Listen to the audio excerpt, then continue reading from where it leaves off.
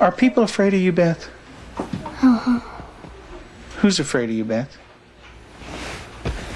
John. Your brother.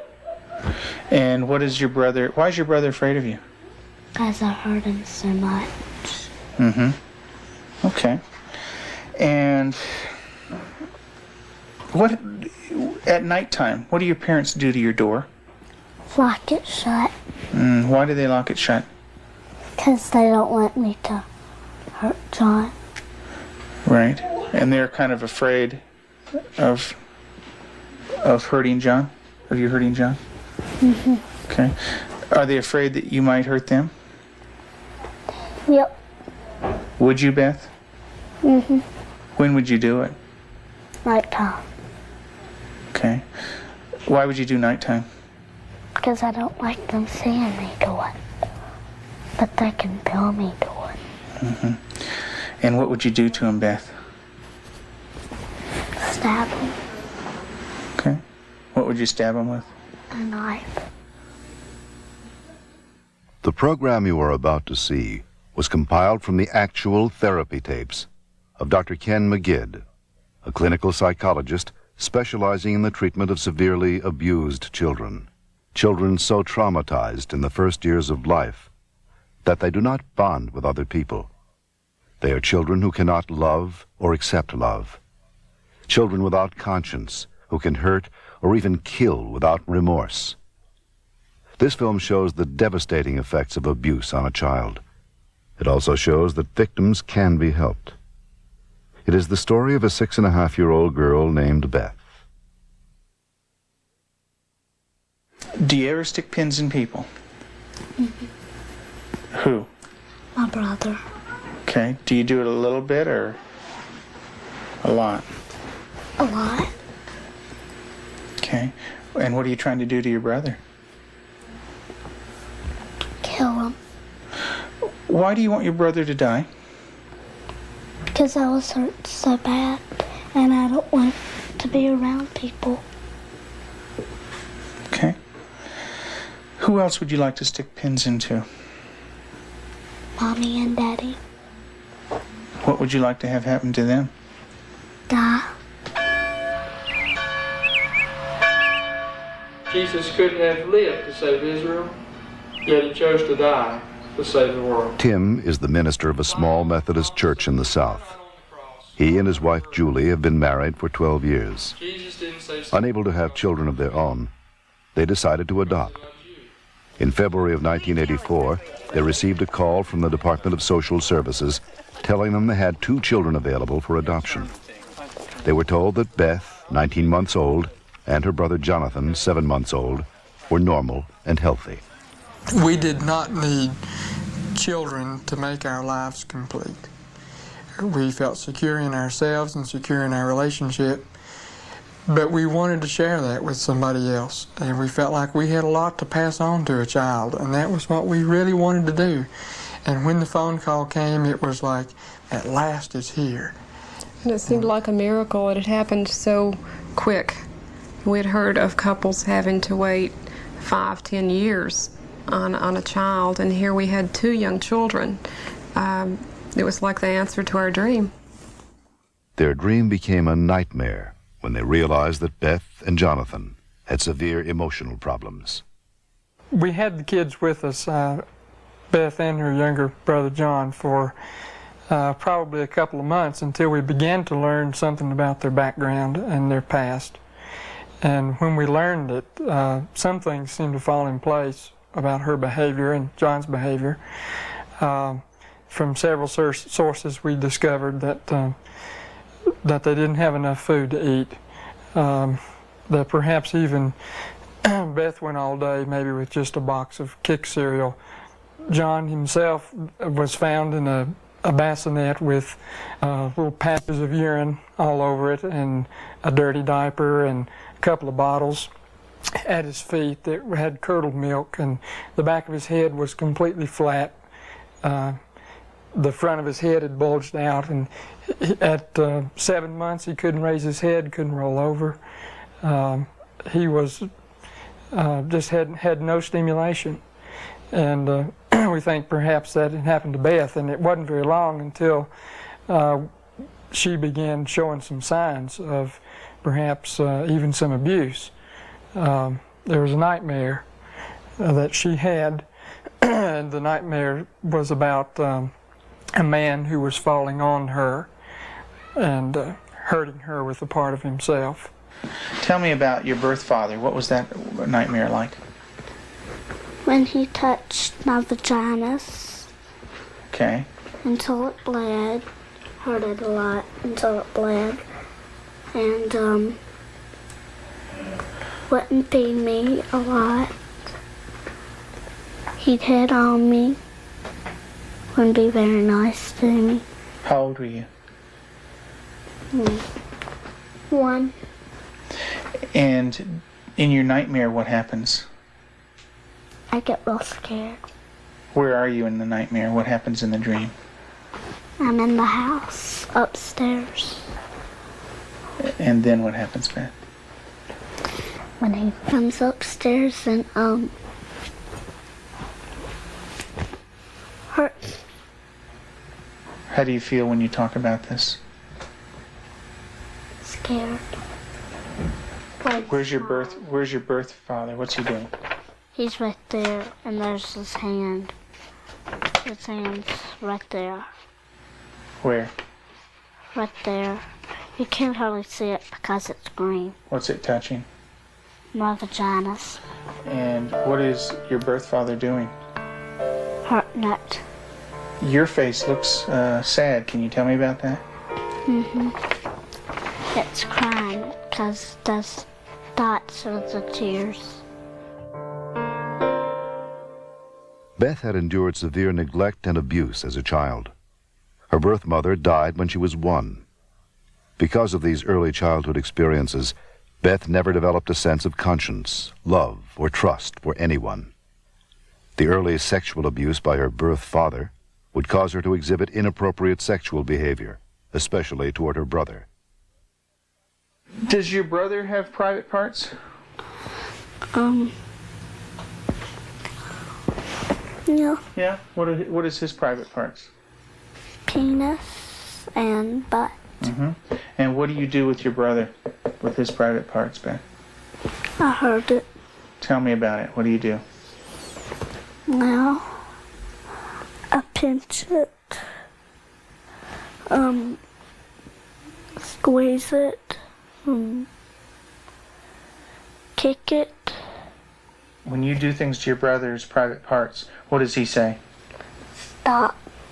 Okay, tell me that. Well, he says stop, but I don't stop. Do you hurt him? A lot. Okay. And would you like to do that to other boys? When I caught her with Jonathan one morning, she was molesting him. He was crying and his pants were down, and I said, Beth, what's happening? And she said, I pulled his penis and put my finger up his anus. And I said, didn't he say to stop? And she said, yeah, he did. And I said, did you? And she said, no. Have you ever rubbed your private parts? Do you do it a lot? A lot. How much do you do that? About every single day in Lexington. I did it every single day until it got real bad and messed up, and I had to go to the doctor, and I did not like it. What do you mean by real bad? Well, it looked real raw, got all kinds of boo-boos on it, germs, a lot of stuff from my hand. And it bled? She started to masturbate at inappropriate times. I remember one time specifically when we were at the hospital waiting for Tim to come out. He was there visiting. And Beth and John were in the back seat, and I turned around, and she had her legs spread and was masturbating in a public parking lot. And I had tried to explain to her numerous times before that's private area. You don't do it in public places. And gone over that with her, and and it never seemed to faze her. And Julie, how often would your daughter masturbate? daily, constantly. Do you have animals, Beth? 4 of them. Can you tell me their names? Clyde, Shuggy, Darcy, and Annie. And Daddy said a day ago that there was a stray cat who did not have a home, so Daddy was taking care of it and took it to the vet when he had his flight to go. And what do you do to the animals, Beth? Stick them with pins. Do you stick them a little bit or a lot? A lot. What are you trying to do to the animals, Beth? Kill them. What do they do when you stick them with the pins? Well, Annie cries. She's a dog. She got baby birds down out of the nest, and we thought maybe she was just curious. So we explained that she could hurt them, put them back, and went through a whole sitting down and talking to her about the problem of it. And the next day we went out to check the baby birds, and they were on the ground dead with their necks broken. Let's talk about what happened once when you were smaller, when you found some baby birds in a tree. What did you do then? I took them out. Mm-hmm. And what did Mom say to you? That the mother will not come back if somebody touches her babies. Mm-hmm. Are the baby birds kind of small? Can you describe them for me? Well, they don't have their eyes open, but they can hear me, and they look up. Are they kind of helpless? Little baby birds? Can they fly? No.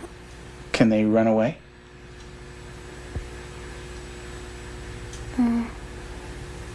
Yes. They can? Are they easy to catch or hard to catch? Hard. Yeah. Well, it's hard to remember. With the baby birds, what did you do? Took them out of the tree. And what did you do with them? Played around too rough with them. Also, when at the end, I picked it up and I thought it was Dad, and I came to say, Mommy, is this bird dead? And she said, she called Daddy and said, Tim, and Daddy came and I think I remember that they said yes. Mm-hmm. And so the little baby birds die? I don't know. You don't remember? I just remember that I remember that Mommy and Daddy said the last bird we got was dead. Mm-hmm. Do you know what Mom said to me? She said that all of them were dead. Did you squeeze them? Did Baby Beth squeeze them? You're doing a good job, honey. Go ahead and tell me what happened. I squeezed them. And what happened? They died. But this kind of aggression at our animals, and even at our brother Jonathan, was beginning to grow to such an excess that our life was miserable at home. John would cry in the mornings and say his stomach hurt. For the longest time, we thought maybe this child has some problem with his intestinal area, or maybe he has allergies, and so we tried to get all that checked out. Come to find out, Beth was coming out of her room and hitting him in the stomach. And so as a last resort, just to protect him, we had to tie our door shut. So I guess for the last 3 or 4 months now, we've had to tie her in at night, sort of barricade her. The repercussions of Beth's tragic childhood led to uncontrollable rage. Despite the love and nurturing of her adoptive parents, she took this rage out on herself, on her brother, and on them. her acts of violence became more and more cruel and frightening. Well, I noticed several, like paring knives in the kitchen, missing. And my first thought was Beth. And I felt a little guilty about it at first. I thought, nah. But I really didn't even mention it to her. They had been gone several weeks. She was sitting at the table drawing and mentioned to me, "What do those knives look like that are gone, Mom?" And I said, "What knives, Beth?" And she said, "Weren't they kind of silver and about this big?" And I knew then, and then this little smile that's not a sweet smile, but a malicious type of smile. And I knew then, I thought, she's got them. Tell me about the knives. Where did you get them? From the drawer. And where else? Do you remember? Mm-hmm. Tell me about it. I got them from the dishwasher. What kind of knives?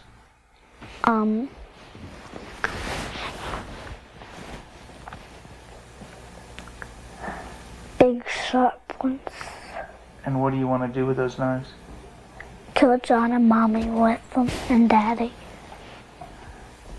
And when Mommy asks you about where the knives are, what do you say? I don't know where they are. What did you think she might do with the knives? My first thought was Jonathan. And the reason we thought that was that she had, by this time, she had tried to kill John on several occasions and openly admitted that. In the basement, she was hitting his head against a cement floor. I heard his screams and ran down and had to literally pull her hands off, and she looked wild-eyed. Did you get real mad at him? Did you hit his head real hard? Tell me about it. How many times did you do it? A lot? What was the floor like? Cement. And what happened to your brother? Tell me about it. His head hurt real bad, but his chin, he had to have stitches in it. Could you stop? Use your words, Beth. No. Okay. What was your brother doing when you were doing this? Playing with the toys. Okay. Was he asking you to stop when you were doing it? What was he saying? He said, "Beth, stop." And what did you do? I didn't stop. I just kept on hurting him. What were you thinking when you were doing that? Thinking of killing him. How did you stop? What made you stop? When I heard Peter walking across the kitchen. Mm-hmm. It made me stop because I thought Mommy and Daddy were coming. Okay. Did Mommy come? What did she do? She sent me to my room. Okay.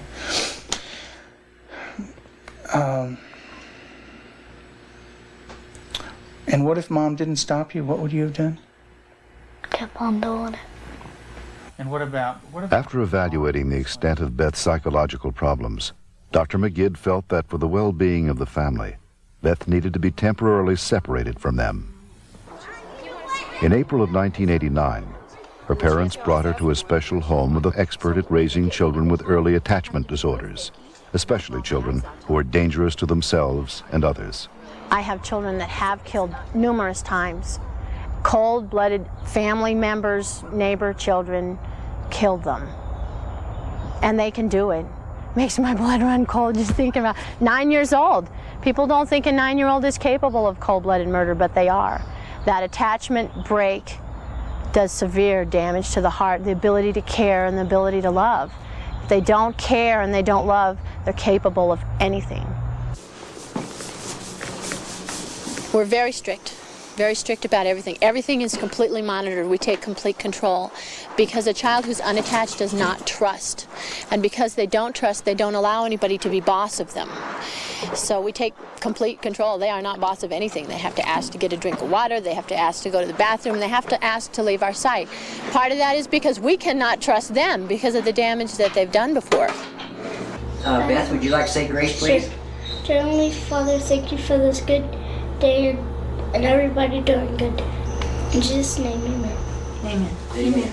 They believe that they're evil. They believe they're from the devil. They believe that they are not a person of value. And we have to change that, and we have to build that from a child who's nothing, who's a bad kid in their own mind, to a child who's valuable and loving, and they see themselves as that.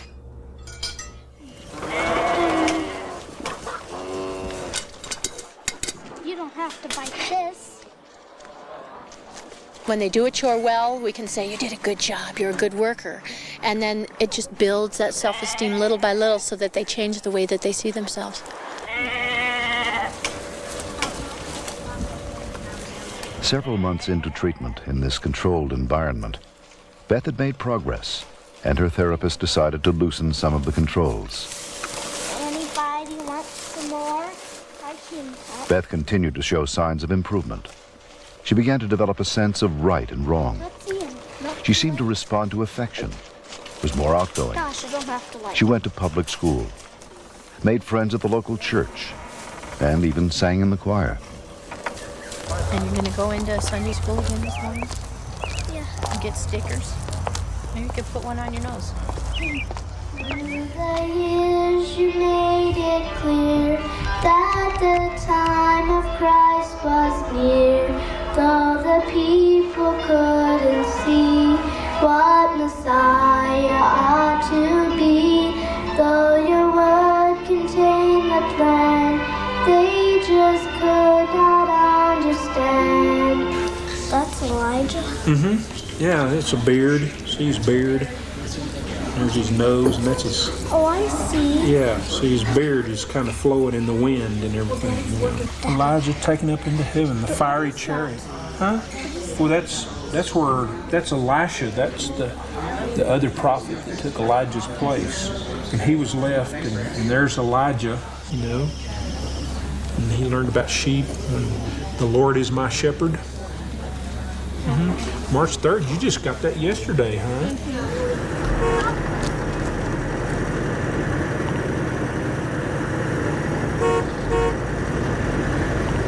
In the beginning, we couldn't trust her with anything. She was locked up at night. We had alarms on the door at night, so she wasn't sneaking around doing things with the other children. We don't worry about that anymore. There's no alarm on her door at night now. She sleeps in the same room with my own daughter, and I trust her that much. She brushes the dogs, and I trust her that much. Because she has earned that trust. She's learned it. She has a heart, and she has a love inside, and she feels bad when she does something now. In the past, because she didn't have a conscience, she didn't feel anything when she did something bad. There was just no feeling there. And now she does feel bad, and it shows in her face. I believe that Beth can make it. She's got a really bright mind. She's got a good heart now, which has done a lot of healing. She's got a really super set of parents. They're powerful, they're knowledgeable, they're motivated. She's done a lot of good work with you in therapy, with Cannell and with myself. She wants to heal, and that's the #1 key. And she wants to heal because she has a family that really cares about her, and she wants to be with them. Do you know where that anger came from? Because when my birth dad hurt me, I had it all inside, and I remembered it, and I started doing it. And what did that do when it was inside you? It made me want to hurt people really bad. And who did you hurt? My brother, my mom and dad, and animals. And animals. Who did it hurt the most? My brother. Who did it hurt the most? Me. Why don't you tell me that? It hurt me the most. How did it hurt you the most? Because when I hurt other people, I'm hurting my good self. How do you feel right now, Beth?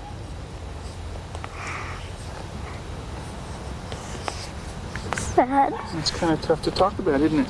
Yeah. It is. Beth gave her last interview for this film in December of 1989. Although she had made progress, she would still need extensive therapy. Not all abused children are as deeply scarred as Beth, but all abused children suffer a profound hurt for the rest of their lives. The road to recovery is long and hard for the abused child. There are more than 1 million new victims of child abuse in America every year.